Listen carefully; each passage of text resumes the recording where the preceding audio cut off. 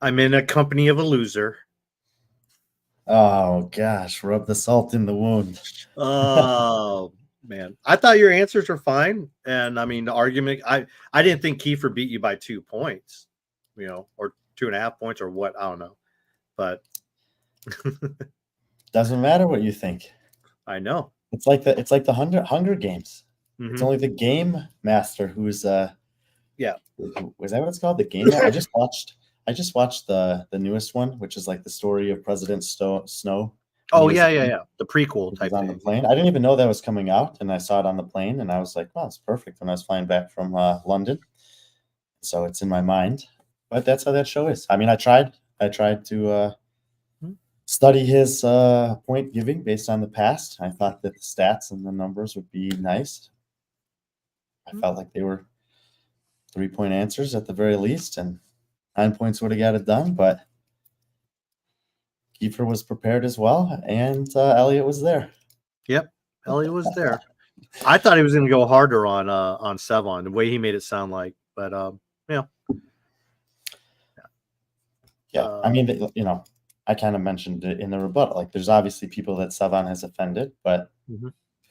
you cannot ignore the good stuff that he's done.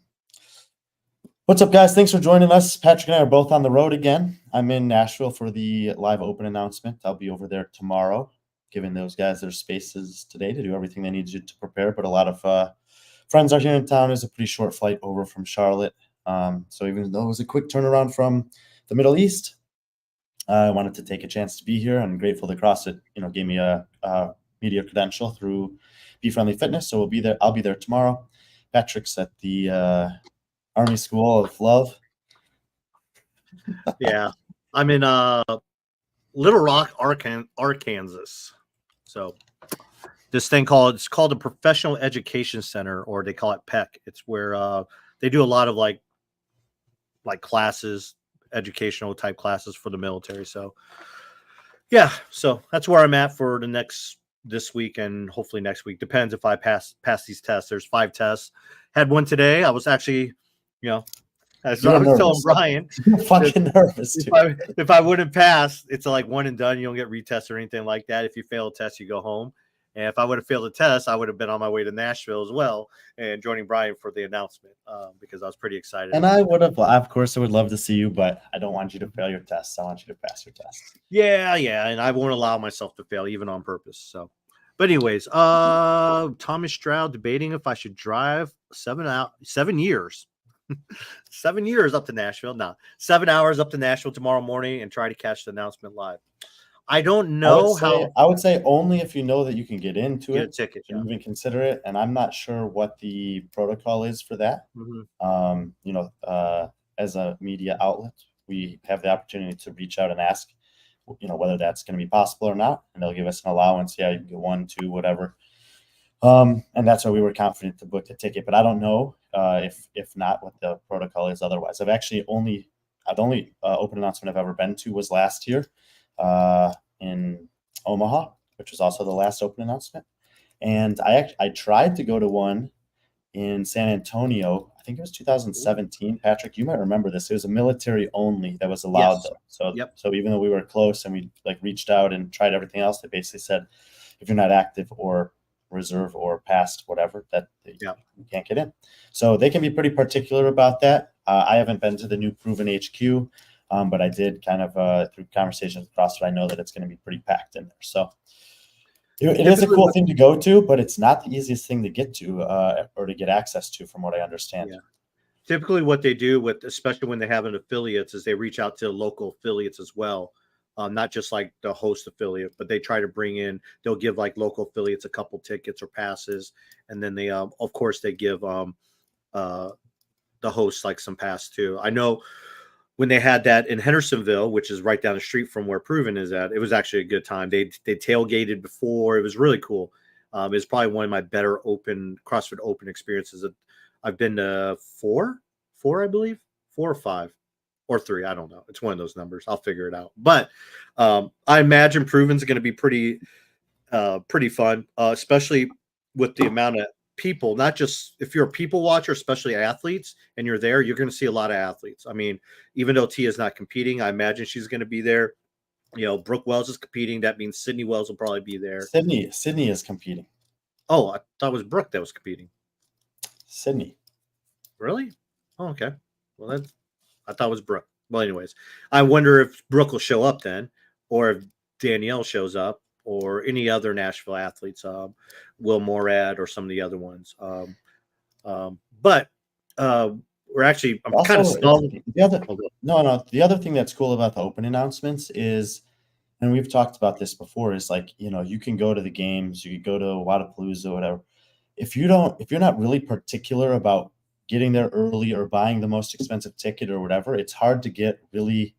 You guys are the best for whatever, Charlotte. Oh, thanks, Melanie. Thanks, Melanie.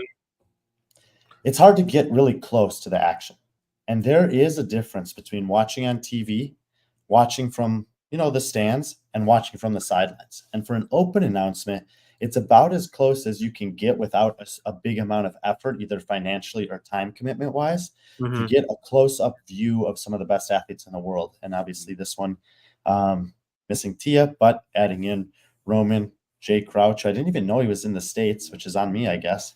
Yeah.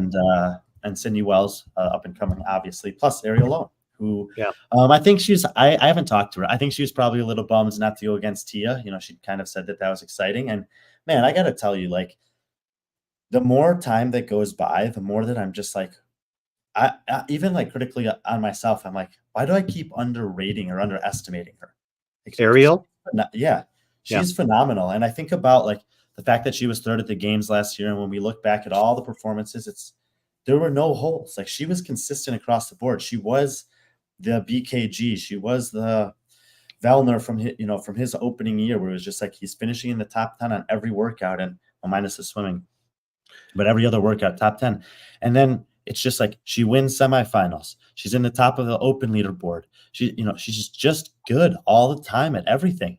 And I feel like it's an easy thing to not give her the respect for some reason that she absolutely earns. And I talk about the fact that I feel that there's a top 3 on the women's side and then another group of 10, and that she's in it.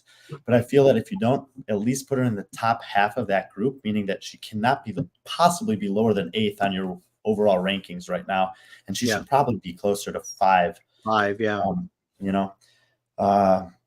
It's been consistent enough over a period of time that I feel like myself and many others are maybe not giving her the credit, and I'm committed to doing that until she proves otherwise at this point. Yeah, I've been trying to like crack that nut for a while, in terms of like why she hasn't taken off, in terms of like the respect she's given, or even like some of the, I mean, she has all the makings of it, and who knows, maybe it is because she's so accessible, or that she does anything controversial, or she's not, I don't know. I mean, you look at someone like, compare her to someone like her and DB, the last couple of weeks have been great. Their friendship has really blossomed through social media, and it's really, but you can really talk about two different people from an outside perspective. But yet DB, Ariel has the more impressive resume than DB, but yeah, well, DB it's just, I mean, it comes down to marketability, I guess. I don't know. Maybe, but Danielle's gone a little bit up and down, right? Her best performance wasn't last year. She regressed a little bit. Ariel's was last year. She's been kind of moving in this positive trajectory, very similarly to Jeff Adler. Once he kind of popped on the screen, he's just slowly been climbing the ranks, and now he's gotten all the way to the top. Nowhere else to go. He can either repeat or he's going to have a regression. But it's a similar kind of a track that he's on, and to me, she would have been a worthy opponent for Tia. I actually forgot to do the Heat 1 picks on week 1 because right before I went out of the country, I got a new phone, and it like reset everything on there. So I had to redo passwords and everything like this for every single app, which is kind of frustrating, especially when you're not home. And but I did have time to do it between the first 2 weeks. And then one of the picks was Lowen versus Toomey, and I'm like, I'm going with Ariel. Like, Toomey's clearly got this wrist thing. You never know what it's going to be. Ariel's going to do the workouts multiple times. Like, she could very well win the Open this year. Yeah. And that puts her on a short list of people who've been able to do that. And especially if you couple that with someone who's won the Open and podiumed at the CrossFit Games, it's not very many people. Do you think if she won the Open and someone who trains out of her garage, not really associated to an affiliate, even though she will be opening up her own affiliate, do you think that takes kind of a, I don't know. I mean, what No, are your I don't think opinions? at all. I don't think at all, because one of the things about, you got to keep in mind that the history of the sport and the history of the methodology, in the hopper of Greg Glassman's articles, 30 articles that I think Mike Workington selected to read if you just wanted to have like a pretty well encompassing glimpse into what the CrossFit Journal is about from the early days, which if you do or are interested in that stuff, not only can you find that online, you can also go and listen to Bill and Chase break it down. They've been doing it over the course of a year plus now, I think. They take some time away and come back to it. But one of them is how to make a garage gym. And it's, this thing is meant to be accessible to people in the garage gym, just like it is in the affiliate. When in 2015, 16, part of 17, I was living with my brother. Well, he's not my blood brother, but I call him my brother, in Texas. And I bought a garage gym. I outfitted it largely based on what was outlined in that article. I did have an affiliate that I would go to sometimes, but I was leaving for work at 5 a.m. I was getting home between 5 and 6. He would leave a few hours later, but get home around a similar time. We'd train in the garage. We'd have dinner, and we go to bed, and we do it again. And that was what fit into our schedule at that time. And we made it work by watching videos that CrossFit had put out from, years prior all the way up until that moment. We would film ourselves snatching. We would watch videos of their demo athletes, and we would try to nitpick and find them. And that was like, I was teaching him. It was my first kind of a coaching experience with CrossFit, and we were doing it out of a garage. I think that, anyway, well, from the Mayhem Camp, do you think will come with Roman? One of the Jakes, at least, I think. Yeah, I also think I wouldn't be surprised if Jorge's there. Jorge's kind of or Logan, or both, or Logan. Yeah, but Jorge seems like he's been doing a lot of training with him, and I'm sure it'd be a good experience for someone like Jorge to kind of go to that. I don't know if Rich will go. I don't think Rich has a need to go. Rosa will be there obviously as a translator. I talked to Rosa last night. She was flying. She kind of got that last minute phone call, and she had to be in Nashville. But yeah, it'll be interesting to see who shows up. I was surprised. She was watching the coverage I was doing over in Istanbul, and it was, she actually was watching basically the Turkish coverage on Eurasia Throwdown's channel on YouTube, and she saw that I just happened to be on the set. I think I stopped by on their set once or twice a day, just as kind of check-ins because they had a lot of things going on. When there were some athletes from Uzbekistan that had, one of them had just won a workout, and they pulled them in there, and she saw that and reached out, and she was super excited about it. So that was cool that she was following along over there. Yeah, and she's trying to get you to go to Uzbekistan. So who knows? We might again. There's a lot of open dates on the world tour. So maybe not you. There'd have to be very specific dates. Yeah, would fit to go there. That's a long trip, so I'd have to be in Europe or Asia already, I think. And maybe it won't happen this year, but maybe in the future. Yeah, I'm totally open-minded to that. Ariel's so amazing. She will podium again this year. Changed my mind. I mean, you already kind of discussed that, but it's a great call, and basically, it really is. When it comes down to it, it's like, do you think Tia's going to podium? And if the answer to that is yes, then you must think that she's going to beat either Emma Lawson or Laura Horvath. I think that Laura's kind of proven that she's a mainstay on the podium right now, and Emma Lawson, to me, is only getting better. So Ariel might actually have a better relative performance at the CrossFit Games this year, but the field at the very top is going to be a little bit better because you have the best who's ever done it back in contention, and so she may still miss the podium. So see if that changed your mind. Ariel would have beat Tia. I fully believe that. I would say, here's the one thing I'll throw out, regardless of the names. So far on the open announcements and Taylor versus the World Series, home court advantage has played a factor. And the host, Taylor, won the first week. The host, Justin Medeiros, won the second week. The host, Jason Hopper, didn't lose the third week or the second week. If it was hockey, it's a tie. Yeah, and I think that if they were competing, we have to factor in Tia's risk. So there is the potential that she asked them, hey, are there handstand push-ups? Is there a thruster? Is there something that might cause the wrist some damage, a heavy snatch or something like that? A front squat, static front squat, and she might have had grounds for asking them that before making the decision, and intentionally pulled out because she knows that it's going to be challenging for her. And if it's because there's a reality for Tia that exists where she just does a rep and it's good enough to make the 25% or all the reps up to a specific movement that bothers it to buy herself the extra time till quarterfinals, which she has every prerogative to do. There's no parameter on a minimum work requirement or anything like that in the open. You just have to be in the top 25% by the end of it.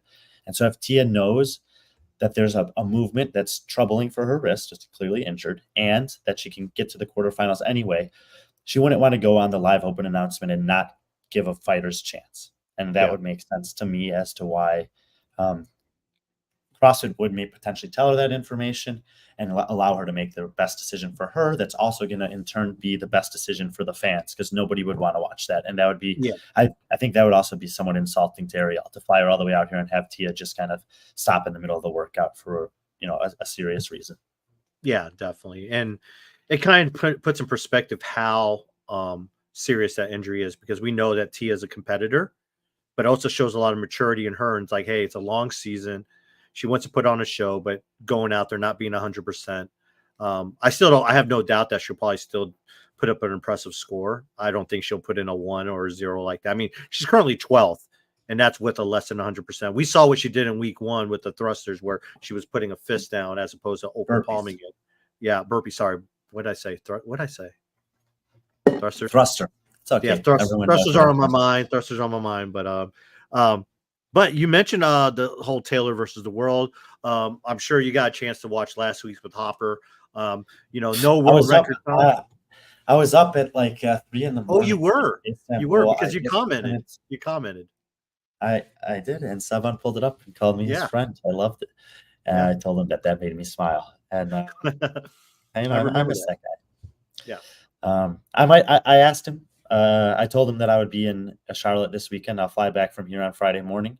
I wanted to make sure to be there to see Taylor do at least one of those, and obviously also to see Colton, who's a friend, and I've already reached out to him with regards to what happened with his mother, but just to be able to see him in person, obviously those guys are savages. You've seen what that series has become, and what Alex is saying here is there's, and I think that. From the Coffee Pods and Wads episode that I just did, Kiefer was talking about this, and one of his talking points is that, CrossFit needs to kind of find this way to build up the hype surrounding this thing. I think they're doing some really good things. They're doing interviews with the athletes, but there just seems to be something missing. Like they're good it's good information. It's fun, but it's like the edge is missing or something like that. And, I'm involved with Reps Ahead. And at the end of the month, March 30th in Jacksonville, James Sprague and Dallin Pepper are going to be going head-to-head with each other. And if you guys are not following along with that, and you like the Taylor Self versus the world thing, this is going to be very much in that line, except more of MMA-style fighting with a little bit more on the line. And it's also it dovetails with the charity that those guys are in support of. But they're putting out content that is building towards the match. James put one out last Saturday, where he was kind of talking about, he actually participated in the first pro event of this back in last October, which you can look on YouTube and go watch for some context of what's going to happen on March 30th. And then Dallin's actually going to be putting one out later this week. I saw the recording that he did from Jacksonville today about that. So they're building the hype towards that, and they're building it weeks out ahead of time. Taylor versus the world, same thing. They've been advertising it on Savan's podcast. You can't miss it on Instagram, and it's living up to the hype. I mean, look, we're going to get to the leaderboards here in a minute, and we're going to see, especially on the men's side, with the exception of basically one person, it's a who's who of CrossFit that's at the top of the men's leaderboard. I mean, it is stacked, and the guys are putting up big performances. And that's what happens when you throw competitors into the ring. And that's what Savan's done with that series. And that's what the open announcement is meant to be. It's just like, and I'm not sure what it is. And I hate being critical of something without having like a specific solution for it. But when it comes to CrossFit, I don't have any intimate view into their strategy or their process, their interviews, their marketing, whatever, all those little variables to be able to really offer any constructive criticism, other than the fact that I think most of you guys agree, just something is missing. Yeah, and I think that something is just the compelling stories. They need to be more compelling. They need to be more exciting. I'm not saying like, like to give, for instance, the first open announcement. Fikowski, Adler, Alexis Raptik, all great athletes, all great people. They try to throw in the golden barbell competition, and that kind of was, with them all kind of gaming that second workout, it kind of didn't go as planned. But I guess I'm not saying that we need shit talking, but we need like some type of I don't know. It's just like Taylor is friends with all three of these guys. They constantly talk smack, and it's brought. I love what it does, how it's done, what it's done for someone like Colton and Jason, and even Dallin, where you've seen their personality come out more. They're more relatable because, especially as CrossFitters, every time we go in a gym, whether it's fun or serious or not, there is a little bit of trash talk. Or asking, what'd you get, bro? Or something like that. Or looking at the leaderboard. It's something different about that. And I think the open, maybe it's just, I don't know, because if you look at what Sevon's doing, it looks like the way it's set up, it's like a past open announcement at an affiliate, but it's just, you're just more interested because the storylines are there. I thought they could have did more with Colton and Justin. I thought, there were definitely some things there. I mean, you have two former high-level high school wrestlers, they should have maybe tapped into that some more. That was hosted by a professional wrestler. I thought they could have tapped in more with that, or talked about, obviously, I don't know. There's more they could have did there. And I think they either missed it or they just decided to go with kind of like I wouldn't say like vanilla storylines, because I don't know. I just thought there was more there, or I don't know. Look, I don't have the research or data to back it up, but we get these emails that they're setting records in terms of viewership. Yes. So they're doing something right. Just imagine, because Kiefer brought that up, and I think I threw that in the comments. He's like, these open announcements aren't doing well. And I'm like, well, they're setting records and the concurrent views are really, really good. So they're doing something right. It's just like, I guess they could be doing more. I don't know. Kind of, we'll go through these comments real quick. I mean, we're kind of stalling till Bella comes on, but CJ, traffic of San Diego. Yeah, no, your Razor Throwdown coverage is amazing. I agree, Brian. You did awesome. I thought you crushed it, and a good sign of things to come at some of the other competitions. Well, I appreciate that. It's interesting because obviously I've been attending competitions for a long time, and many of them, but this past 12 months, we're kind of approaching that first time that I did an Instagram live just on my cell phone was last year at Crash Crescendo. And then I've done it a handful of times in the fall, and a couple of times in the winter. But now we've kind of pivoted. We have a guy named Rodri in Spain who's been a game changer for us in terms of being able to use OBS system basically to push from my phone to a server that's hardwired in there, and then to YouTube, which is hopefully just a more reliable. I still think we can improve on the audio. I'm going to invest in some better equipment for that. Boom mic, big old boom mic. No, he actually has a really good idea. I have these Rode mics that are pretty good. These is the receiver and the mic here. Like I've used these all the times with videographers. Either I'm not using them as good as they can be used, or it's just that it's really loud. I mean, you know how the DJs are, like they want it to be as loud as possible. The athletes mostly like that. The MCs project really loudly, and I'm literally right there on the floor, POV with a gimbal and my iPhone. But I try my best to do what I always try to do, which is to tell as much of the story as happening. It can be really hard. The floors are wide. There were 14 athletes per lane there, and it's 3 times as wide as it is, or long as it is wide. It's new athletes. And actually, if you watch that coverage, there's a guy, I think we're going to put an article out about him today or tomorrow, that I feel like I found a superstar over there, and I totally accidentally. This guy's name is Nika Maizaradze. If you haven't watched that coverage, I would encourage you to go back and watch it so you can learn about this guy, because I think that it's extremely likely that he's going to be at the European semifinals this year and probably in one of the last 2 heats, meaning that he's going to be in the mix to potentially qualify for the games. And prior to this week, none of us in North America had ever heard of him. And there's a reason why we hadn't heard of him, which I was able to learn about there. So that's, there's so many reasons why I like to go to those competitions, new places, meet new communities, organizers, and everyone else who's involved with those things. But also once in a while you stumble upon an athlete and you're just like, my goodness, and I know this is going to happen. It has to happen. Eventually there's a guy that's just going to come out of China, that's just going to come out of the Balkan states, that's just going to come out of Egypt, that's just going to be a complete savage for whatever reason. And that may have happened this week. Yeah. I'm waiting for China to kind of step up at some point, where you have yes, you have Ant Haynes, but someone from mainland China, not colonized Hong Kong. Well, and that's, this, I've been talking to Max over there, and he runs this year-long competition where they have, events all over the country. And then they have a championship event that I think is in October. I don't think I'll be able to make it this year because we have already so many things on the schedule, but I would really be fascinated to go to that championship event in the following year and see what the best look like over there, because it's pretty private, relative to the rest of the world, but you have to think there's a couple guys there that are really good. I mean, there were some guys that when I was there in 2019, that kind of stuck out to me that, they haven't really, that's the first time I saw Ant. And there's another guy named Aaron Kim. He's Korean. That kind of stuck out. But Thomas 955, our latest video, Shane mentioned that Castro told Tia wouldn't be good for her to do the live announcement. I think he gave clues as to what that movie. Yeah, that's what we figured. Here, you would know this, but Taylor's addressed this himself. Do you think we see Taylor at the games this year? How far off is he? Look, Taylor basically said last week that he's not competing outside of, I guess, the Open. Yeah. I know Taylor really well. I've said this before. I asked him prior to the season if I should include him in the top 200 worldwide. He said no. Then he signed up for the Open. I was like, Taylor. He's like, no, I'm not doing it.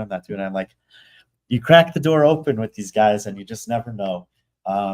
But based on what I know about his fitness, I've said this before, I think it's not even a question. He's definitely one of the top 50 fittest guys in the world.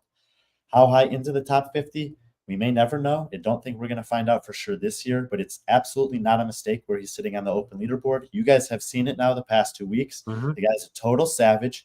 He is a warrior. He's willing to go to the dark place that you have to if you want to be elite in this sport. He's very smart with his training.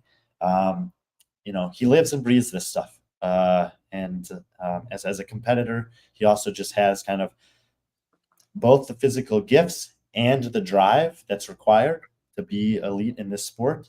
If not for his knee, we would already have seen him at the games for sure, because the kind of little mental challenges that he's would have needed to overcome in competition, I think he would have moved past those by this point to be kind of a regular in the top 10 at a North American semifinal and, fighting for top 10, 20 spot at the games year in and year out. But there's a huge number of things that you need to check off to be able to get there. And obviously having the body hold up through a very physically demanding sport is one of those. I think that if he's going to give it another go, he wants to know that his body can actually handle it. And I do think that it's wise and a good patient move for him to wait one more year, just because he knows what the demand is at the very highest level when it comes to dynamic squatting, which is kind of the last thing that he's unsure of with his knee, but he's building towards it. If you follow him, you've seen he's started to do squat snatches. I'm not sure how much he started to do squat yet, but he's squat snatching, I don't know, 245 or 265 or something like that, and it looks really good because everything that he does looks really good. He moves. I know that Hiller said, as he said with many people, that his deadlifts were no reps, but if everyone was doing that, so be it. This guy knows how to move well, and that'll go a long way for him if he is going to ever, recover fully to be able to give it another run at the games.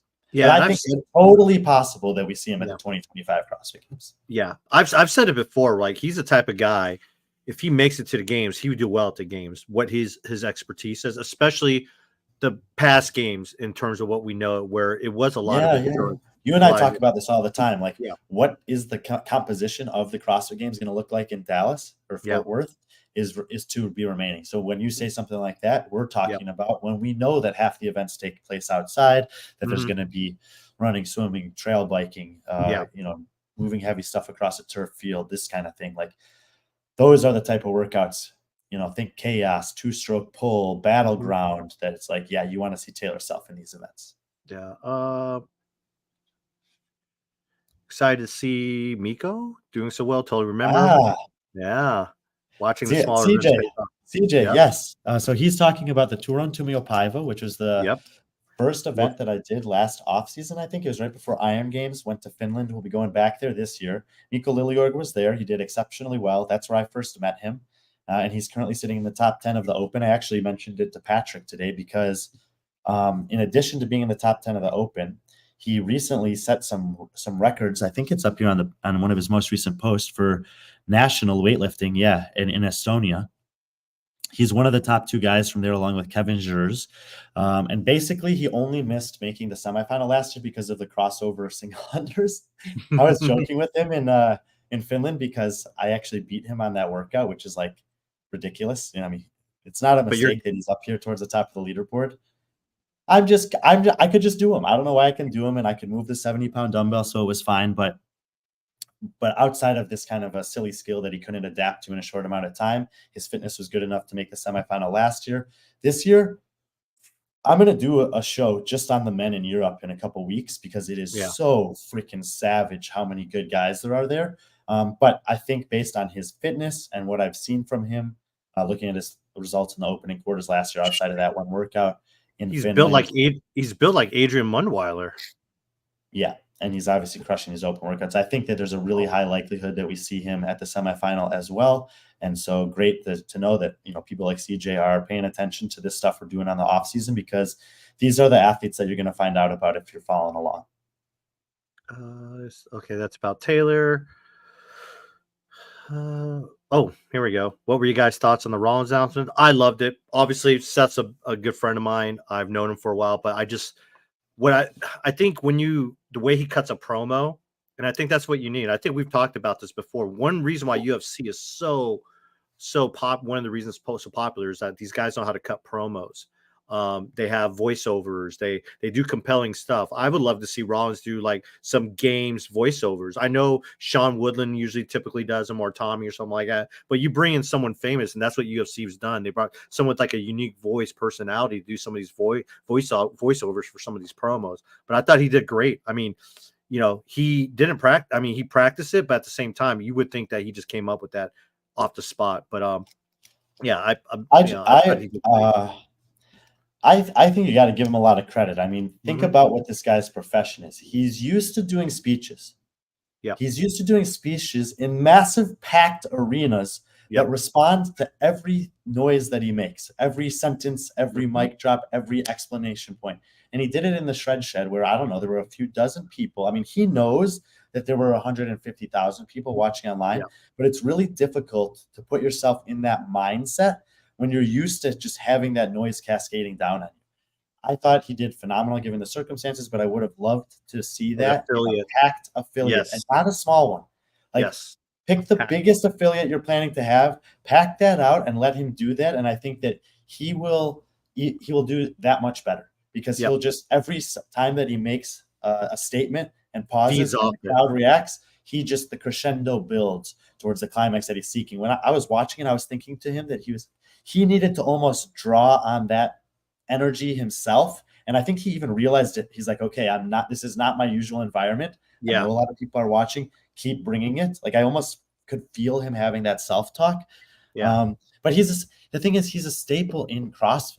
And even if you're just being exposed to him for the first time, that's okay. But he's been involved in CrossFit for a decade plus. Like, you can bring him back and have him do another one. You can change that environment, and I think you can get an even better, full body production out of it. And I'm sure he would love to do that too. Dude, bring him to the games and let him announce a workout. I know. Dickey's Arena. Yeah, well, he comes to the games. It's usually during that season. I mean, he was at the games. He usually shows up for at least one day. It all depends on his travel schedule.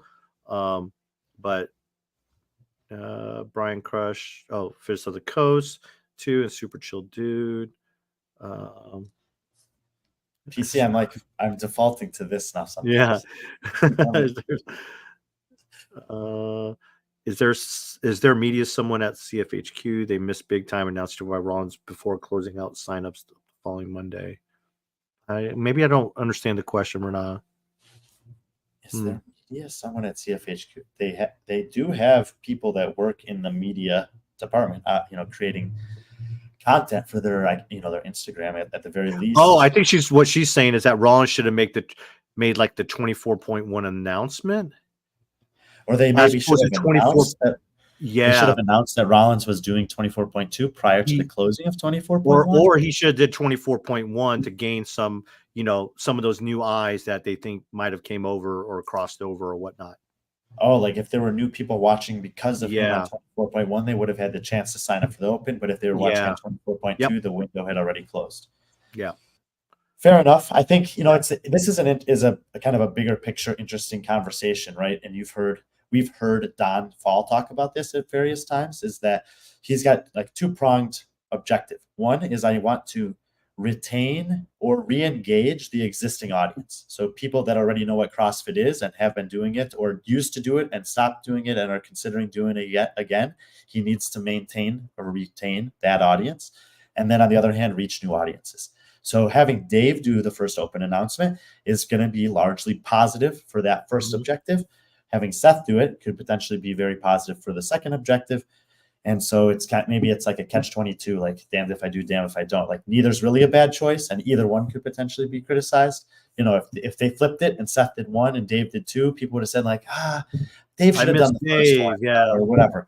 So it's definitely a fair point. I wonder if they had that conversation, but I still think that kind of the way that they're going about it this year is. I think it's totally fine from kind of an experimental standpoint. They just announced that Jocko's doing the one tomorrow, so I get another little different flavor there, and we'll see how he does. Yeah. I mean, I like what they're doing. Obviously, being a big fan of Seth, especially what you said about him feeding off the emotion. I mean, the promos he's. For those who are not following wrestling, you probably know who The Rock is, and The Rock is going to wrestle at WrestleMania in less than a month. And he's actually going to be there. And Seth is going head to head with The Rock.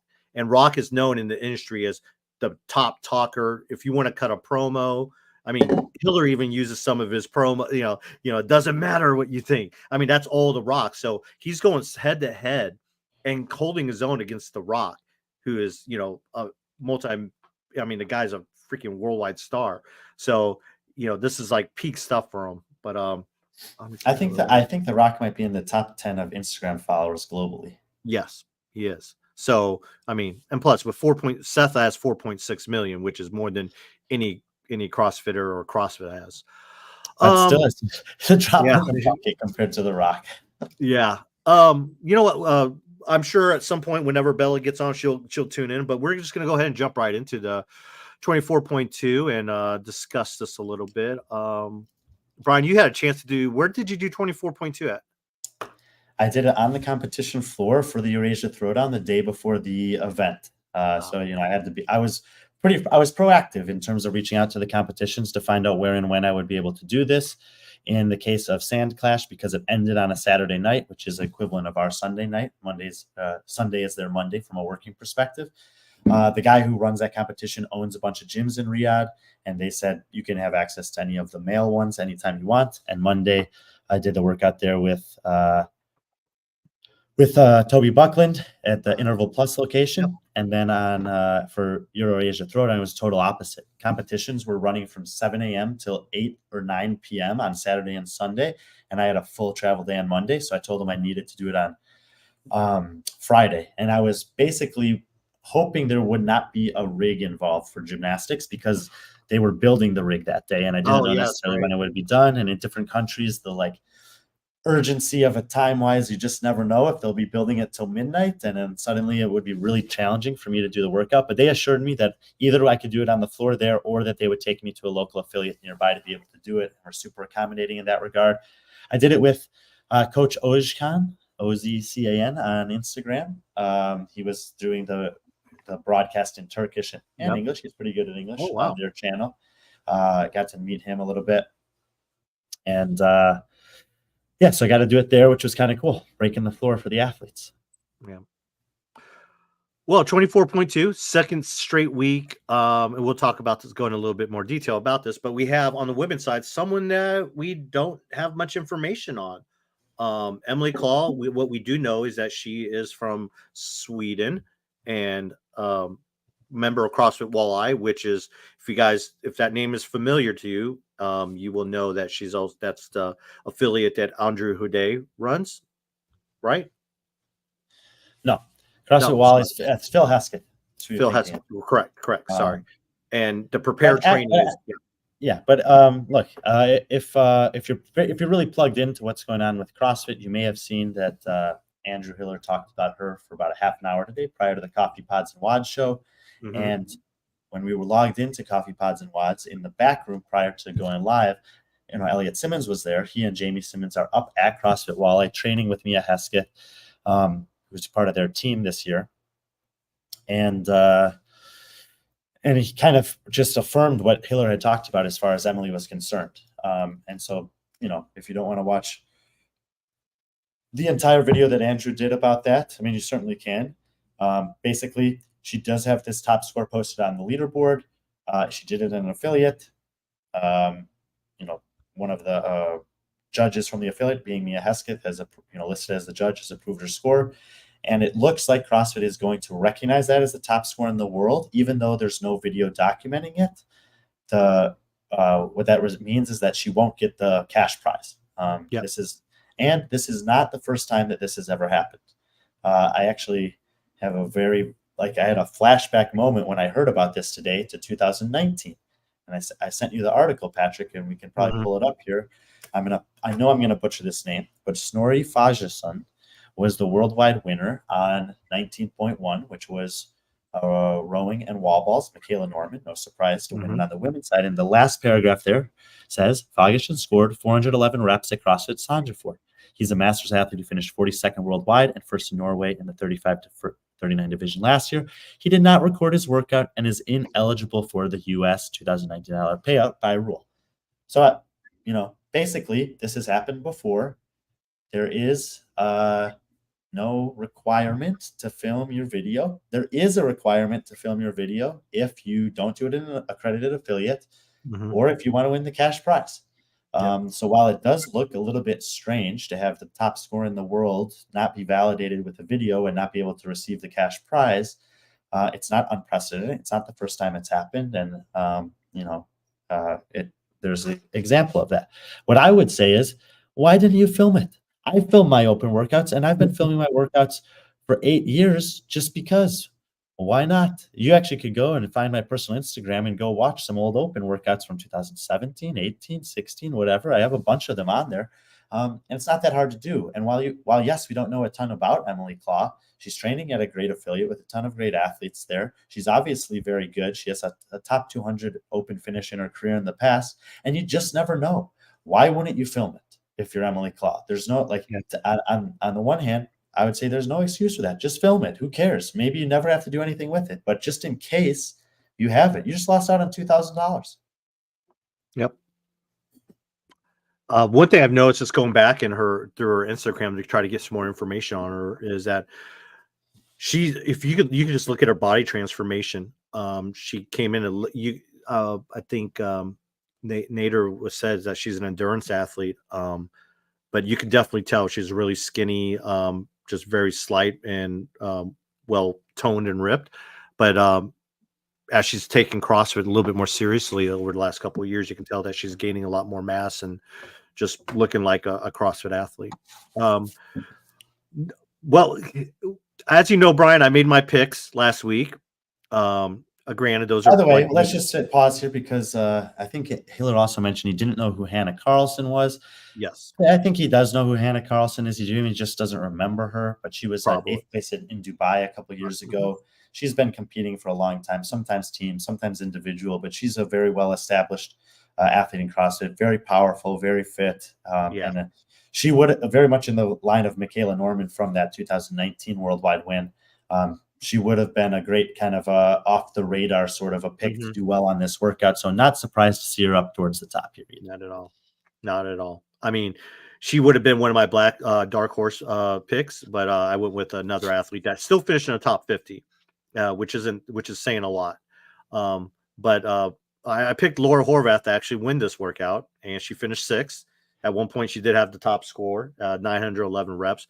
I don't think that was a bad pick, considering. I kind of put myself out there for that, but I think if Hey she would have man, you got 100,000 women doing a workout, and you're gonna pick one of them. Yeah, that's big time. Finish 6th, yeah, even if and it is then a defending champ.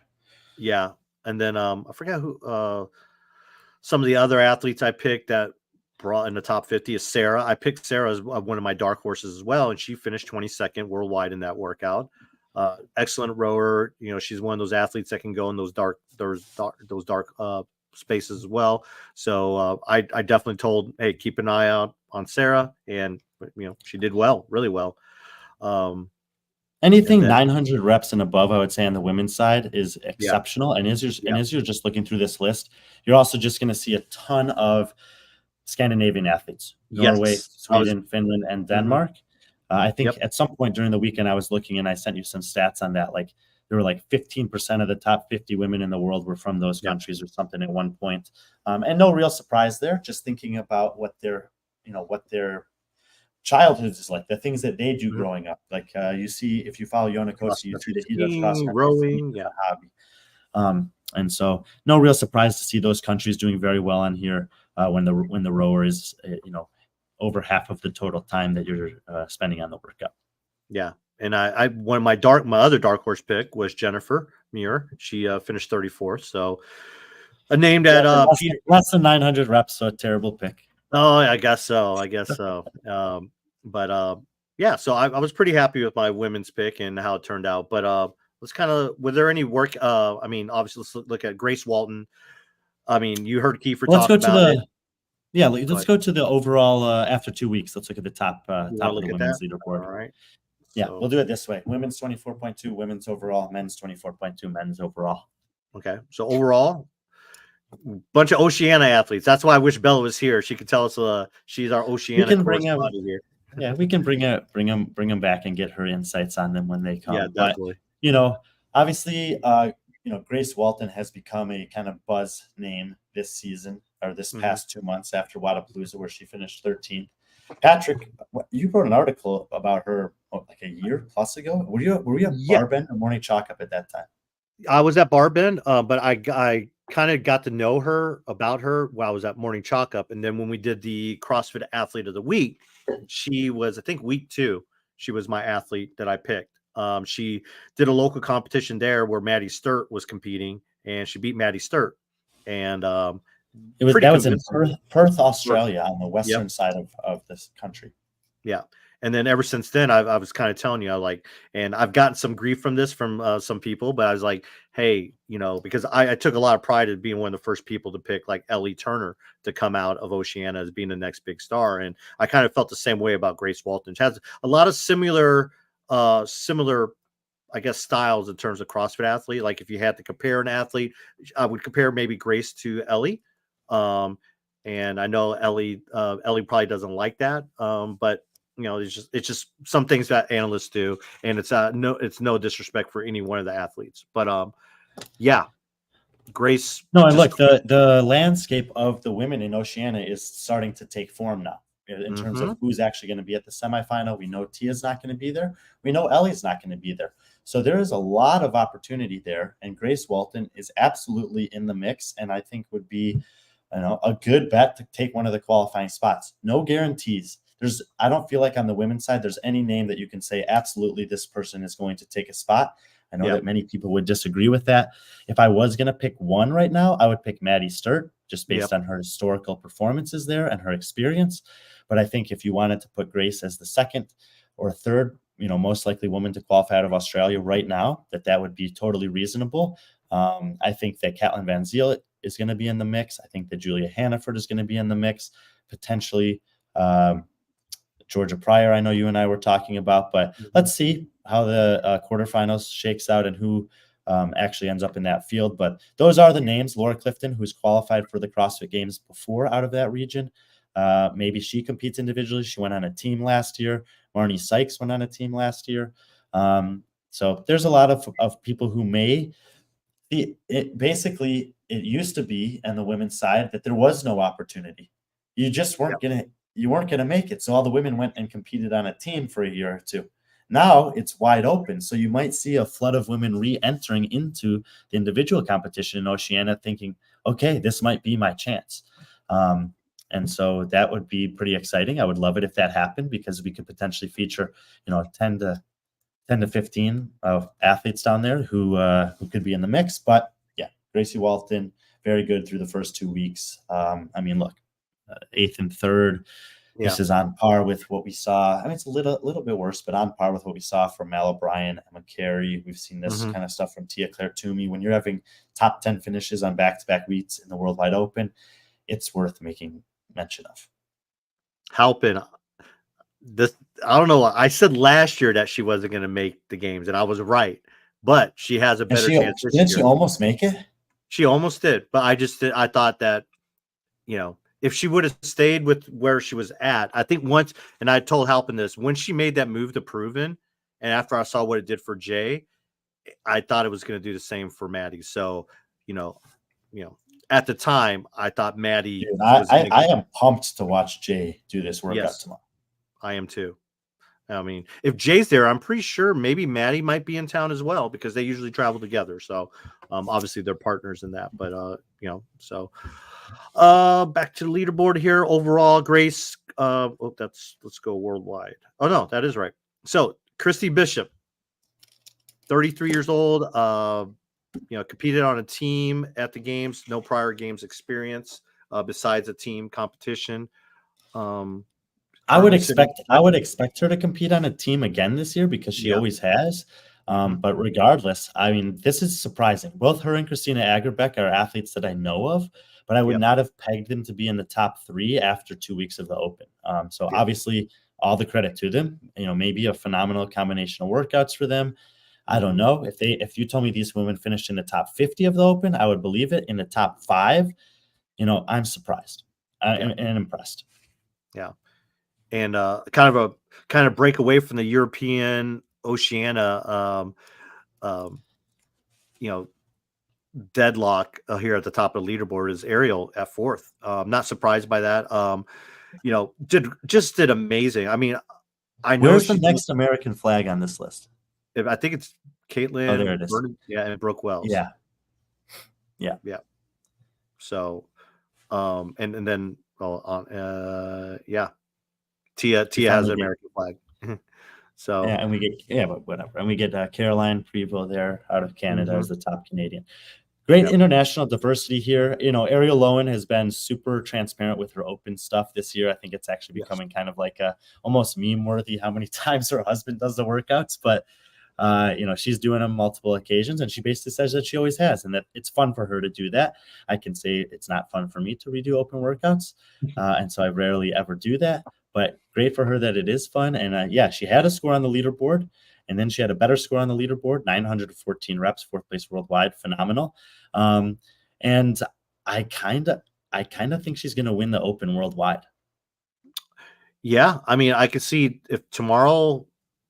Tomorrow won't be the last time she does this workout, but I think she'll pass Christina and Christy for sure. And it's just going to be a matter of Grace. At this point, I would say either Grace Walton or Ariel Lowen are most likely by a long shot to be your Open champions this year. Yeah.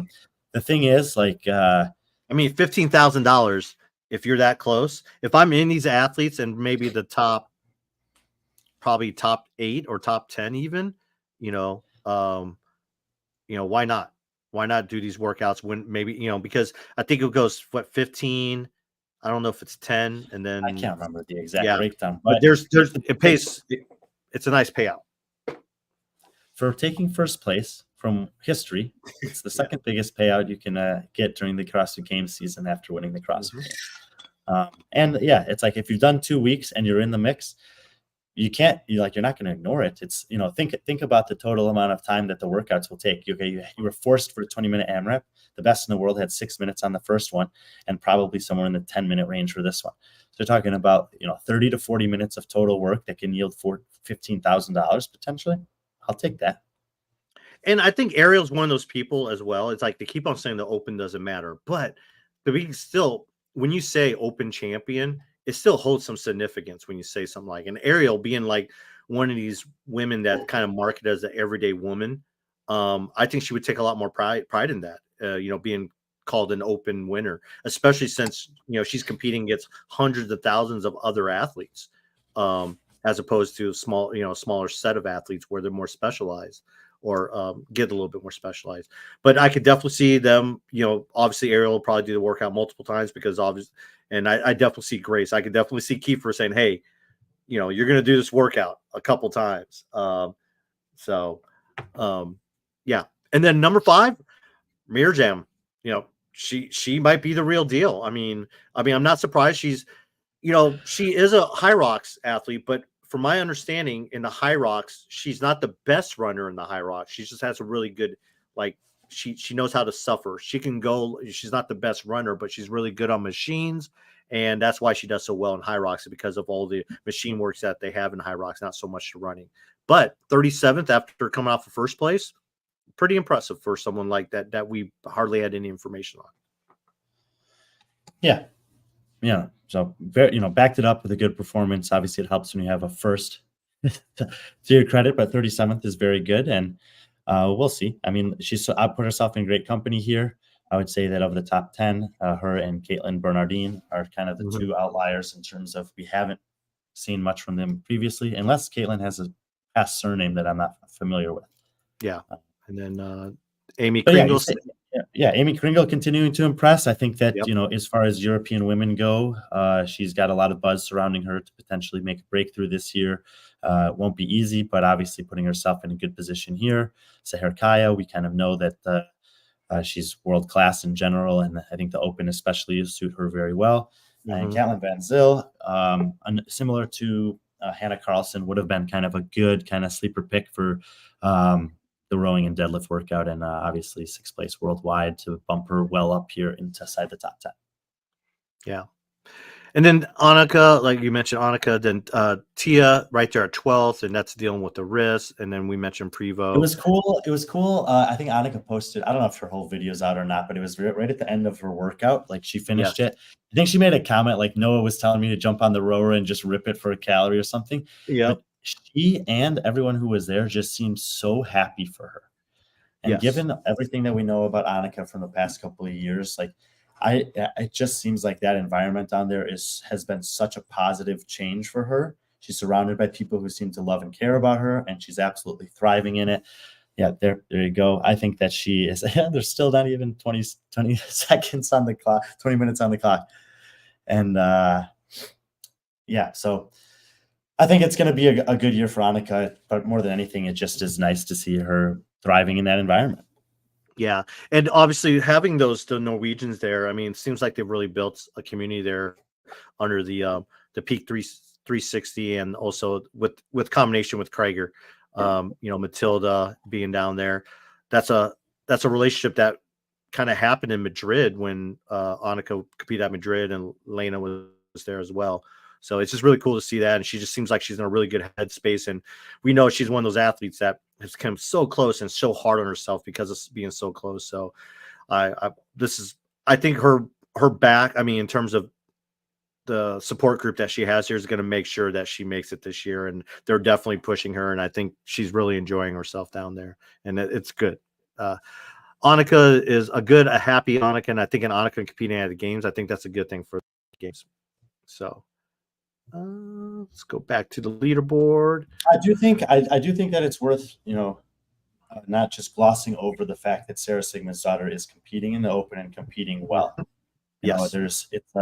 I think that there is a group of people that have kind of written her off as Mhm. just, having her best years behind her. And that may be the case. I mean, she did finish third twice, and we talked about how competitive it is at the very top of the women's field. But you talk about someone who's wildly popular, and definitely draws a big audience, super talented. And she's very committed. And, I've talked to Snorri quite a bit about Sarah over the years, and she still has the fire to compete. I think that we're going to see her at semifinals again, and I think that she's going to be in the mix for a game spot once again. I kind of disagree with all those people who are writing her off. Mhm. I don't know for sure that she'll make the games, but I think she has the capacity to, and I think that it would be very exciting and one of those kind of storylines that you could potentially be building if you're CrossFit. If she's able to make it happen. Even if she's Yeah. not, it's going to be a great storyline to follow. Imagine if you were building up the Sarah Sigmundsdottir storyline last year and it ends in heartbreak. It's Mhm. still a dramatic, like not every movie has the happiest ending. Yeah. And neither does any comeback story. So I mean, I could be think a some good example, opportunity a for good, I think a good example of that is someone like Chandler, who came up short in semifinals, and they a great documentary they did on that, the Buttery in partnership with the Buttery Bros. But then the following year he just crushed it, and he kind of like rededicated himself. And I think just because you're not seeing all this stuff, and I think you're not seeing all this stuff coming from Sarah's camp in terms of YouTube and social media in terms of her working out, the same could be said for someone like Amy Kringle, where she's 6 right now, but you're not seeing a lot of that stuff because she's not posting it. And, her performance is showing. And I think the same with Sarah. And I think Sarah being at the CrossFit Games is going to be a good, we were talking about like creating storylines for CrossFit. That one's a no brainer. That one would, it kind of writes itself, one of the most popular CrossFit athletes ever, so. Anything else you want to talk about regarding the top, week 2 or 24.2? No, I kind of gave my opinion about it on Peter's show earlier today, Coffee Pods and Wads. That was fun to do with him and Kiefer and Elliot. If you haven't watched it yet, you can go check it out. But basically, there was a good spread in terms of diversity. We've even seen with some of the athletes we've highlighted, people who had a first and a 50th, a sixth and a 38th and whatever. So even though the best athletes are the best athletes, those two workouts I think were different enough at the top for some separation and some different athletes with different strengths to kind of shine. Of course, some people are just so fit it doesn't matter what you throw at them. And then as far as the community goes, I mean, look, it's been pretty cool. 70 and 64% I think of the all participants have been able to do the workouts as prescribed, which is great, just to see the totality of fitness that we all have. And then, there still is that 30 to 35% that are competing, even though they can't do it RX. And that is also extremely notable, is that there are those options. If you're just starting, you can still do this thing. There's, scaled and foundations options available. And I think that is an area where there's a potential for growth, is to encourage people to just do it. Just put your name on the leaderboard. It can be intimidating. It can be scary. Maybe you haven't signed up for a competition for anything in a long time. But it can also be so rewarding. Just to kind of have that nervous feeling before doing an open workout is not a bad thing. And it can kind of reinvigorate maybe some aspects of challenging yourself, competing, whatever, that is, I think, somewhat native and primal to just being a human that maybe you haven't tapped into in a long time. So I think that's an area that we can still continue to grow in, but it's good that we see about a third of the percentage of people that are doing the workouts and not doing them RX, that we still are reaching that demographic. I well said, and I agree. Here, Odd Avenue member is absolutely fucking jazzed to do foundations. It's precious. That's great. That's awesome. That's what we want to see. My gym, we Yeah, have a master. Audrey works full time in an affiliate. Like, she is Yes, in the trenches every day with these people doing that. And I guarantee you, because of the passion that she has, he that has. she Yep. carries with her every day, that people like that are encouraged to do it. And there's people like Audrey all over the place, but it's awesome to get those actual tangible feedback examples that it is happening. All right.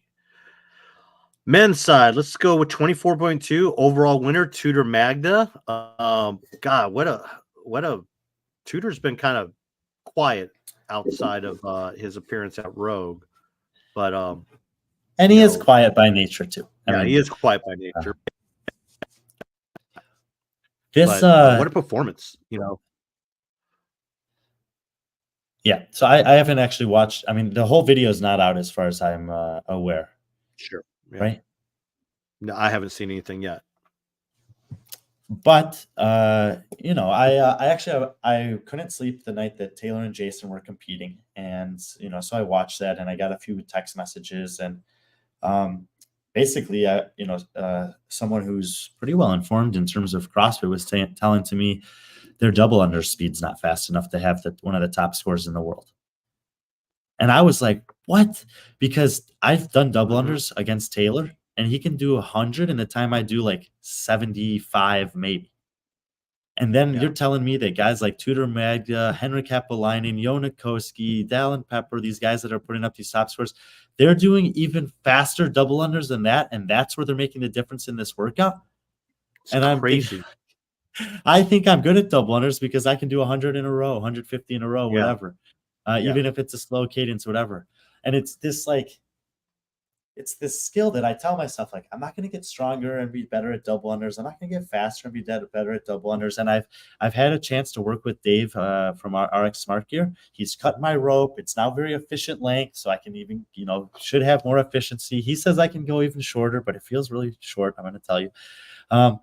And just to know that, like, that's how good these guys are getting, that the margins, and I'm not even, forget about me, between these guys that you're looking at right here who are getting 990 plus reps on this workout, and guys like Taylor and Jason and that slew of athletes that were getting 930 and 940, is that these guys are just that much better at double unders. Mm-hmm. Damn, dude. Like, this sport is crazy, the adaptation that's going on at the top.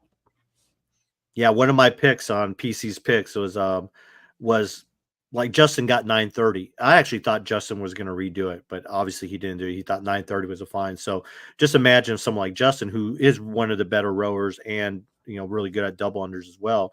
He would probably be up here. But, one of my other picks, Roman did really well. Obviously, we know how well he does on machine. The row was probably no problem for him. But some of these other names that kind of just popped up, Vellner had a top time there for a while, 954. But when you see it's almost a 50 rep difference, basically a double under round. It's a full round of double unders. Yeah. A full round of double unders. Yeah. That's why you see those big jumps in the score in a workout like this. It's always like this when it comes to any workout that has double unders in it. And actually, that's why when we do the reps ahead on March 30th, that there's going to be more reps ahead allotted than there was in the previous one, because double unders is one of the movements, and they try to have a pretty exacting science when it comes to testing for that sort of thing. But yeah, if you're able to clear that set of deadlifts at the 940 mark, I think is the last set of 10 deadlifts that most of those guys were getting, then you can just start ripping away at double unders, and you can pick up reps, a lot of reps, 5 times as many on the double unders in a short amount of time. And that's where you see these guys pushing into the 970, 80, and 90 range. Well, there's our boy. There's our boy, Travis Mead. Dude, I can't remember when the article was I wrote about this guy, but he got third place in the Open a couple years ago. And I was like, okay, I feel like I've seen this name before, but third place in the Open, like, I got to know. And so I reached out to him. He's always super gracious. I always have conversations with him. And I've just been following his journey ever since. And he never ceases to amaze and entertain. He actually just recently did a workout called Super Saiyan in honor of the guy who created Dragon Ball Z. Yep. You should pull that up if you can find his Instagram. And just because I want to look at this workout. It's a 68-minute AMRAP. And this is, he's done, I think it's called like the marathons of, I can't remember what, Strongman Marathon or something like this. And he did it on like the coldest day in January. But if you're interested in a guy who's just mentally and physically beyond what you could ever really probably imagine to be, this is the guy. Look at this workout, 68-minute AMRAP, 26 burpee box jump over, 11 muscle up, 400 meter run, 26 cleans, 11 wall walk, 400 run, 26 front squats, 11 strict pull-ups, 400 run, 26 toes over, 11 double dumbbell thruster. 68 minutes of this just grind, and he's just doing it just because he does workouts like this all the time. And if you do workouts like this all the time, guess what? Your capacity is through the roof. And then he just signs up for the Open for fun. He has no intentions of competing. I'm pretty sure he's a Masters athlete, and he's just putting up scores that are on par with the best athletes in the world. And he got to meet Chris Evans. Yeah. I mean, yeah. Doesn't He get looks much better bigger than than that. Captain America. He does. Definitely does. Definitely a Comic-Con type of fan. Yeah, I mean, he's 37 years old, and he's someone that just has no desire to compete out past the Open, which is, I mean, you have a lot of athletes like that, And he for has whatever like reason. he has some kind of an illness as well. And he just his thing is like there's no excuses. And really, he's the kind of guy like I could look at his stuff and feel bad about my own commitment to certain things, but I'm not I'm okay with just admitting that this guy mentally is on a totally different level than me. He's a savage, dude, a mental and physical savage. I believe it's type 1 diabetes. So Okay. he suffers from type 1, yeah. And yeah, he's once a guy did 1,000 hero wads in a year with his diabetes. Think about that. That's averaging 3 a day. I know, it's crazy. Oh. Just under for those math nerds out there. But still, I mean, there's guys that do one a day for a month, and you're like, fuck, dude, that's impressive. This guy's doing nearly 3 a day, and he's not doing 3 every day. There were days that he would do like 6 or 10 or something to make up for lost days because he was still going. You hear about all these top athletes that say, I have to give up my social life, I have to give up my personal life, I have to get to do this. He was still going to like bachelor parties. He got sick for a week, and he's just like, nope, I'll just make it up. I'll make them up. I'm doing 11 hero wads today. And you're just like, oh, what are you doing tomorrow? 6. Oh, okay. But you said this really 24.2. There were some other, Jonathan Dunlap from Oceania as well. Jacob Wheeler. I think that guy's pretty big, dude. Who? Jacob Wheeler? Dunlap. I don't know Wheeler as well. Yeah. And I don't know who Ferris AA is. Yeah, you brought that up. This is a guy who put up a pretty impressive time initially at one point, Philroy Peters. I met him last year in, I think it was in Berlin. He's an HWPO guy. Steve Fawcett's a really, really big believer in this guy. Matt Huge O'Keefe dude. Yeah, I think he was competing at something over there and actually did quite well in like an RX division. He's only 25 years old. And I know that people don't like to talk about this, but there's not a ton of black athletes in CrossFit. And Philroy has some potential to kind of be that next generation of black athlete that's competing at a high level in CrossFit. And, I think it's perfectly okay to say that. Obviously, there's a ton of black athletes in tons of sports that are extremely good. And I think it's only a matter of time before we see more and more, just like we were talking about with the Chinese, potentially guys out of the Middle East and the Balkan states and all these other places start to make an ascension. And he was one of the early guys to put his score in. Super good score, and just another guy that we've been able to learn about being on the road, that's grinding, working hard, and maybe he has some potential to make some noise over there in Europe. I mean, we know Steve, and Steve is probably one of the most underrated coaches out there. So, I mean, if Steve is definitely his coach, who he's got one of the best there. So you can't but keep an eye on someone like him, and especially being at 25 years old and how well he does in the future. And then we talked about Vellner. Ricky's up there. Okay, Cale Lehman. Well, let's transition to the overall rankings. Unless there's another performance you kind of want to talk about, 24.2. No, totally fine. I mean, I think I could go all day talking about these athletes, but we don't need to do that. And I have another thing to get to here in like 45 minutes. Don't want to keep you from that. But look at the overall leaderboard. kind of cool. It's a little bit more tight than it is on the women's side. And so here's the thing. Alexander Calderon, he pulled out of Wadapalooza with another pec, some kind of a issue that was going on. But there, and you just have to imagine that there's still certain things that could potentially irritate that. I mean, we know the guy is super fit. He podiumed at Wadapalooza. the year before. He's made the CrossFit Games. He's had some really bad luck with injuries. I hope that he's healthy. I hope that we get to see him compete at the semifinals. And maybe, now he sees this and he's like, oh, maybe I could win some money in the Open. But I hope he's not thinking like that. I hope he's thinking, get to semifinals healthy by any means possible. Because that's what I want to see him. I want to be able to see him compete in live person against the best guys in the world and see if he can make another run at the games.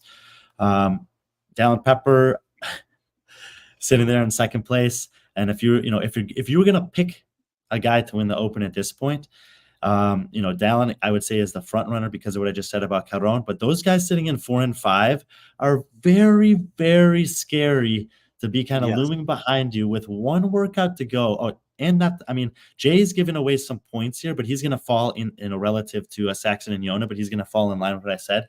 Thinking about what could be coming if we have any kind of high density handstand push-up, chest bar pull-ups, bar muscle-ups, toes to bar, thrusters. All of these things are going to be just slightly favorable for Koski, Panchik, and Crouch relative to Pepper, and I think that it's very likely that the winner comes from one of the overall Open comes from one of those 3 spots. I would lean towards Koski or Panchik if I was having to place a bet right now on an overall winner. That's where I would put my money, being able to make up those 6 to 9 spots relative to Pepper. I still think there's nothing that's going to come out in an Open that Dallin Pepper is going to do poorly at. But relative to those two, I could see those two guys having top 5 finishes, Dallin taking a 15th to 20th, and that's enough to kind of flip the script there at the top. So the guy I want to talk about, though, is K.O. Lehman. Please, because I've been trying to find out anything I can about this kid. All right. So I met him at Wadapalooza, and he's an HWPO athlete. And the reason, and there's a great story, and when we have Matt on, Fraser on in a couple of weeks, I would have definitely talk about this. But, Matt has always done a great job of supporting the soldiers. He's been on USO tours overseas in combat zones. O'Keefe's been with him. O'Keefe's been kind of a driving aspect in that. And O'Keefe's always been wanting to give back. So they got to, know some people at West Point. They went down to West Point, and the affiliate at West Point, which is where the U.S. Army Military Academy is at, is Black and Gold CrossFit. And they got to know a bunch of the cadets there at West Point. And they actually sponsored a team. HWPO sponsored a team from Black and Gold CrossFit to compete in the RX division down at Wadapalooza. So, so he's an HWPO. Pardon? And Kale was on the team. Kale was on that team. Here, I'll pull up. But Kale was on that team, and he is not a member of the U.S. Army Warrior Fitness team. Not yet. We might have to change that. But this is the team that he's listed at 5 feet tall. Yes, and that's him in the middle. So, yeah. So right here, thanks for HWPO training and CrossFit Black and Gold for making this weekend happen. So I got to meet those. So I don't remember. I think I might have met Kale, but I remember meeting those guys, and they were just so happy to be there competing, and like they took care of them. They, HWPO, O'Keefe and Fraser, they did a good job of making sure these guys had like a great experience while they're there. And to see this guy up there, and he's not very tall, and here this is him doing handstands, kind of look like somebody. Kind of Colton Merton. Yes. Very Colton Merton. Yes. Can you pull up the email that Chris Madigan just sent out? I will. Hold on 1 second. Breaking news. Yeah, and that's awesome insight on Kale Lehman. You've been holding out on me these past 2 days. Well, I haven't been holding out. I've just been really busy. I actually think I asked you this morning. You did ask me this morning. Yeah. I didn't know that you had met him there. Yeah. Well, as I got to see his Instagram, it kind of came back to me. All right. So breaking news. Chris has done a really good job of breaking this stuff while we're on air. CrossFit statement regarding the winners of Open Workout 24.2 and major penalty assist. So CrossFit LLC today released the following statement regarding a 20% major penalty assessed during CrossFit Open Workout 24.2, as well as the overall winners for the week. 20% major penalty assessed for consistent lack of hip extension in the deadlift. Tudor Magda has been assessed 20% major penalty for consistent lack of hip extension in the deadlift. Magda's adjusted score of 800 will be reflected on the current men's division leaderboard. So that's 201 reps that Tudor has lost. And then the announcement is Henrik Hapalainen with 998 reps, I believe, has won the men's division open workout with score 997. He was Hapalainen assessed a submitted score. 1 rep penalty for performing only 49 double unders in round 7. Yep. So, yeah. And Emily Claw's open workout in the women's division. Claw performed a workout affiliate and her score 926 was valid. However, like you said, no video footage is available, so Claw is not eligible to receive prize money, and that prize money basically they get to keep. So I spoke to someone who was present at the Henrik Hapalainen. He did that workout with Ludwig Hansen and Jona Koski. And he basically said Koski tripped on 1 double under. Otherwise, he would have been tied with Henrik. And Henrik. I think Henrik ended up with the 1 rep penalty. I think it was 2 reps, 997 and 995. But hey, congratulations to Henrik Hapalainen. And I mean, we just saw that. We did pull up that video of Tudor Magda, and I would agree that those deadlifts that I saw on that video were not a full hip extension there. The thing is, if you watched Andrew Hiller's video a day or two ago, there's tons and tons of examples of people not meeting the hip extension, but this is not a first-time occurrence. Yeah. When you win the Worldwide Open, that's when your video gets heavily scrutinized. And you can submit the best score in the world and get a major penalty on it. And I know that he and many other people are not going to like the fact that this isn't consistent. But what you're complaining about is that it's not consistent athlete to athlete. And what I'm telling you is that it is consistent year to year. And that if it's just one of these things. Like if you're signing up for this sport and you have been paying attention for a long time, you just have to understand some of those things. And they are not going to go through every single video and review it down to 1 double under. But when $2,000+ and the title of the fittest for that week are on the line, they are. And in this case, Tudor's video didn't meet the standards, and he was penalized accordingly. Henrik's did, and he gets the win. Yep. And he actually got a 1 rep penalty out of it because obviously, like I said, Tudor got penalized, so it went to Henrik. They looked at his video. If he would have got 995 reps, they would have asked for Dallin's and Koski's video as well. So, but yeah, the leaderboard, they updated it. So the leaderboard is updated as well. As you can see, Henrik did win 24.2. How this affected the overall leaderboard? Let's see. Really no change in the top 5 or top. No, because they all just gain 1 point or whatever. Sure. Oh wow, I didn't notice that. We'll talk about him. But anyways, Cale Lehman, someone I guess he at West Point, you have to play a sport, and I think Bass Pro fishing might have been his sport. Everyone that attends 10 minutes. Can we wrap it up in 10 minutes? Of course. Yeah, we can. Before we go on this, another name I want to bring up, Brandon Luck at number 10. Dude, the guy on his Instagram recently just looks like a superhero. He does. This snatching video that he put out in front of his garage. If you want to snatch well, watch that video. And the message cannot be simpler. Look at how I move with an empty barbell. Look at how I move with 65 pounds on the bar. This guy can snatch close to 300 pounds. Look at how I move with 135, 185, 220, whatever he builds it up to there. Yeah, it's that first video there.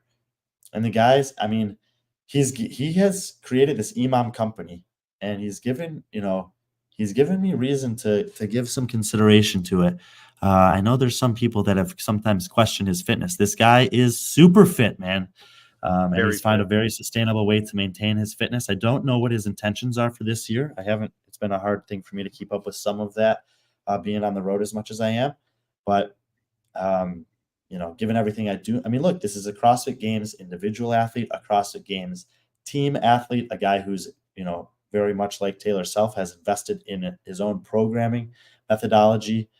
He may not get as much, recognition because he's not on so many public facing platforms, but that doesn't mean that he doesn't know what he's doing. And if you're going to say that, Taylor is a model of trained sentinel working, Brandon Luckett is absolutely a model of that Imam program having some merit to it. Look at this.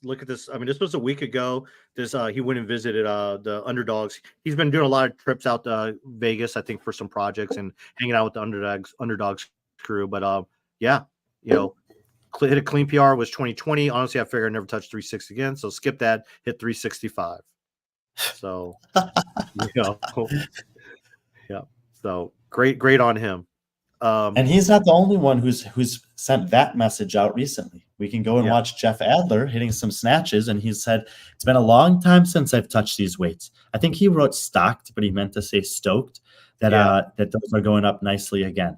And this is like, you do not need to be approaching your 1 rep maxes very often in training. There are specific times that you can make some touches on those. And there's other athletes that have said, sometimes it just feels like a good day and I go for it. And usually, unless there's a big competition coming up, coaches will have some grace for that as well. But you don't need to be doing 95% plus of your 1 rep maxes, specifically on the Olympic lifts, very often. If you didn't learn that lesson from Matt Fraser, you can learn it here from Luckett. You can learn it here from Adler. And people that are consistently hitting those percentages in training are much less likely, I think, to make those 5 or 10 pound PRs eventually than the ones that are just drilling the technique at the light weights, meaning up to maybe that 80% threshold on a routine basis with increased capacity. And that's what I think we see from both Luckett and Adler in recent posts. Yeah. That's about all. Some things before we go off the air. Brian's got some, he's got an important dinner to go to, but I don't know if you saw this, but another female athlete has elected to take the season off. Chloe Wilson, who famously quit as a full-time firefighter, moved to Nashville, where she's been training with Will Morad and Brooke Wells at Trivium, while also going being a training think tank athlete. Has decided to take the season off as well. So, So, best of luck to Chloe. Hopefully everything's going well with her. And can't wait to see you back on the competition floor. There you go. Chloe Wilson. Saw her compete at the Iron Games, was the winner there. Mm-hmm. And I know she's, she's had kind of a tough go of it. She's been so close so many times. So just hope, that I feel like she's probably making this decision with a lot of support and kind of knowing that it's the right move for her. So definitely support her for that. Another thing to keep an eye out on is DB. You've seen this trailer, but at the end of the month, the DB, I guess it's called DB Energy or just Energy, I'm not sure, but the documentary comes at the end of the month. But we're efforting a chance to talk to her before the interview comes out, and hopefully release it when in concurrent with that interview. So with Brian being in Nashville, who knows? It might be a face-to-face interview, but we're able to see a little bit of it, and I think everyone's gonna really enjoy this documentary. Extremely well made, very powerful stuff. Very, very powerful. If you think you know who Danielle Brandon is, you don't. And this video, like I said, I told you, and I told Cooper as well, this can easily be a 30 for 30 on ESPN. The way it was shot, the way the storytelling and everything about it. So I can't wait for all you guys to get a chance to watch it. So mark your date, 3/27/24. Is when the documentary comes out.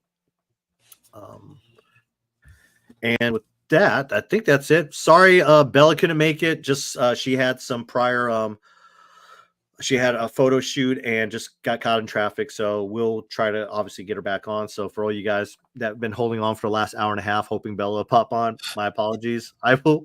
I appreciate that. And then we will. I'll have to change the thumbnail, or I might just keep it and just do false advertising. Little clickbait with little Bella on there. No one else has ever done that before. Do you freeze up, PC? Right at the end. Again, want to thank our sponsors, HGR. As always, use friend 20 at checkout, and you get. Look at that. Good whole lesson of do you have that in stock? Does he just send you like a bulk load of that? It's my favorite one. Easy to apply. Sure. Does the trick. And easy to take on the road. Kind of checks all the boxes for me.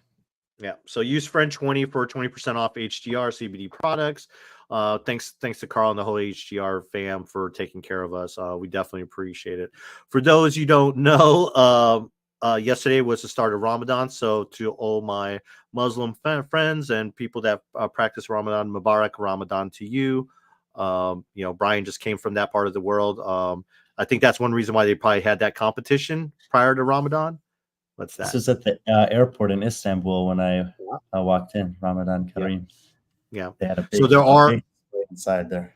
Yeah, there are obviously Seher Kaya is an athlete that stands out that's currently who is a Muslim who does recognize Ramadan as well, and then obviously there's thousands and hundreds that are signed up, hundreds and thousands of people doing it that are Muslims, but Billions probably, maybe even billions, but yeah. But as always, hey, thanks for coming on. We will hopefully be back to somewhat of a regular schedule next week.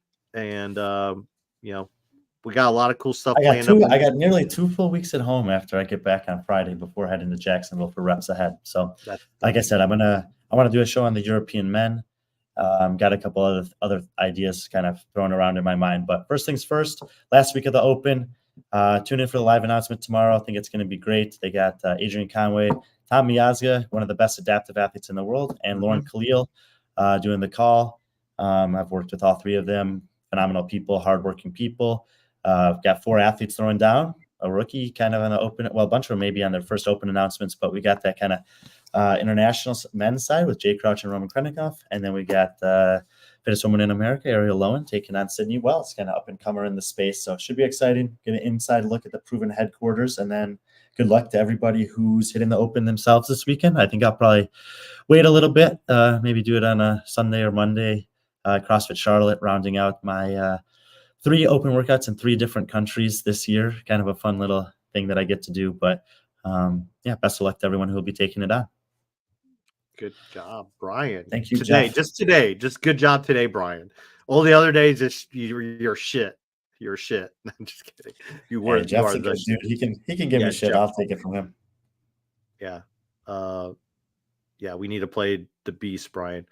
Yeah. Oh, I will say outside of this place I'm staying at, there is a 9-hole disc golf course they put right outside.